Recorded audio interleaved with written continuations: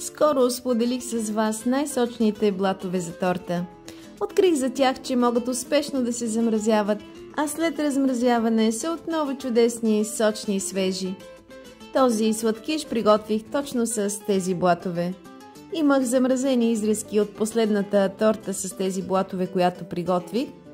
Извадих ги, размразиха се за около 30 минути. През това време приготвих ванилов крем, сглобих във форма сладкиша и оставих за една нощ в хладилника.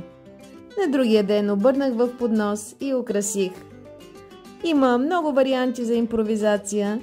С любим крем, с ядки, с плодове или сметана.